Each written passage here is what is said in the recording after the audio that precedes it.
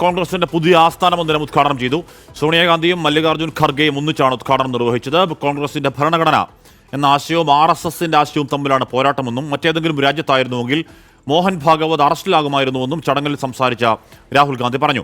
കോൺഗ്രസ് അധ്യക്ഷൻ മല്ലികാർജ്ജുൻ ഖർഗെ ഇപ്പോൾ സംസാരിക്കുകയാണ്.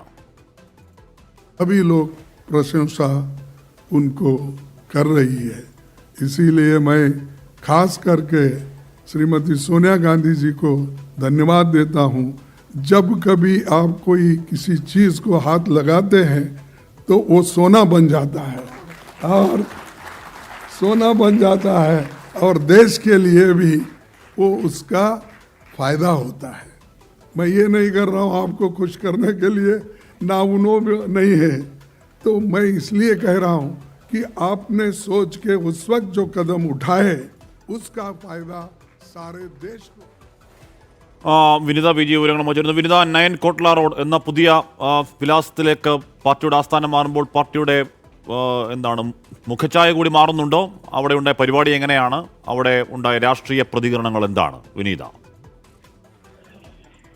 തീർച്ചയായും ഹാഷ്മി, വിപുലമായിട്ടുള്ള ഒരുക്കങ്ങളോടുകൂടിയായിരുന്നു ഈ പുതിയ ആസ്ഥാന മന്ദിരത്തിന്റെ ഉദ്ഘാടനം നടന്നത്. സോണിയാഗാന്ധിയും ഒപ്പം തന്നെ മല്ലികാർജ്ജുൻ ഖാർഗെയും ഒന്നിച്ചാണ് നടമുറിച്ച് ഉദ്ഘാടനം ചെയ്തത്. അതിനുശേഷം ഇരുവരും ദീപം തെളിയിച്ചു. ഈ ഓഫീസിനുള്ളിലും കോൺഗ്രസിന്റെ ഇതുവരെയുള്ള ചരിത്രം, അങ്ങനെയുള്ള പ്രധാനപ്പെട്ട മുഹൂർത്തങ്ങളൊക്കെ ചേർത്തുകൊണ്ട് തന്നെയാണ് അത്തരത്തിലേക്കുള്ള ചിത്രങ്ങളടക്കം നിർമ്മിച്ചിട്ടുണ്ട്. നമുക്ക് ദൃശ്യങ്ങളിൽ കാണാൻ കഴിയുന്നത് പോലെ തന്നെ 6 നിലയുള്ള ഒരു കെട്ടിടമാണ്.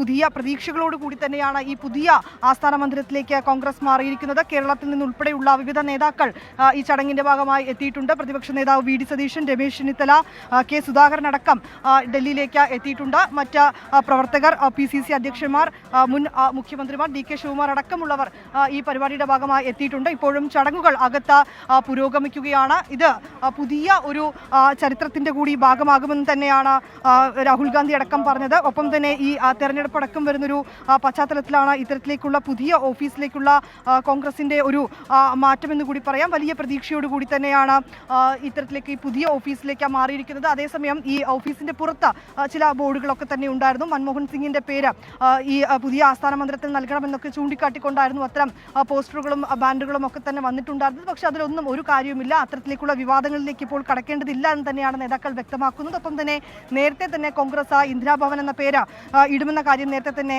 അറിയിച്ചതാണ്. അതേ പേരിൽ തന്നെ മുന്നോട്ട് പോകുമെന്നും അവർ അറിയിച്ചിട്ടുണ്ട്. ഇത് വിവാദങ്ങൾക്കുള്ള സമയമല്ലെന്ന് തന്നെയാണ് നേതാക്കളുടെയും പ്രതികരണം. വിപുലമായിട്ടുള്ള ഒരുക്കങ്ങൾ, ആഘോഷങ്ങളോടുകൂടി തന്നെയാണ് ഈ പുതിയ ആസ്ഥാന മന്ദിരത്തിന്റെ ഉദ്ഘാടനം നടന്നത്. ഇപ്പോൾ മല്ലികാർജ്ജുൻ ഖാർഗെ അദ്ദേഹം സംസാരിച്ചു. എന്തായാലും കോൺഗ്രസിന്റെ ആസ്ഥാനത്തിന് പുതിയ വിലാസമാണ് 24 അക്ബർ റോഡ് എന്നുള്ളതായിരുന്നു നേരത്തെയുള്ള വിലാസം. അവിടെ ഒരു പതിറ്റാണ്ടുകൾ കോൺഗ്രസ് രാഷ്ട്രീയം അവിടെ മാധ്യമപ്രവർത്തകർക്ക് വളരെ പരിചിതമായ ഒരു പേരാണ് 24 അക്ബർ റോഡ്. 24 അക്ബർ റോഡ് മാറുന്നു. ഇനിയിപ്പോൾ 9A കോട്ട്ല റോഡ് എന്ന പുതിയ വിലാസത്തിലേക്ക് മാറുമ്പോൾ പാർട്ടിക്കുണ്ടാകുന്ന മാറ്റങ്ങൾ എന്തൊക്കെയാണ് എന്ന് നമുക്ക് വരും ദിവസങ്ങളിൽ കാത്തിരുന്ന് കാണുകയും ചെയ്യാം.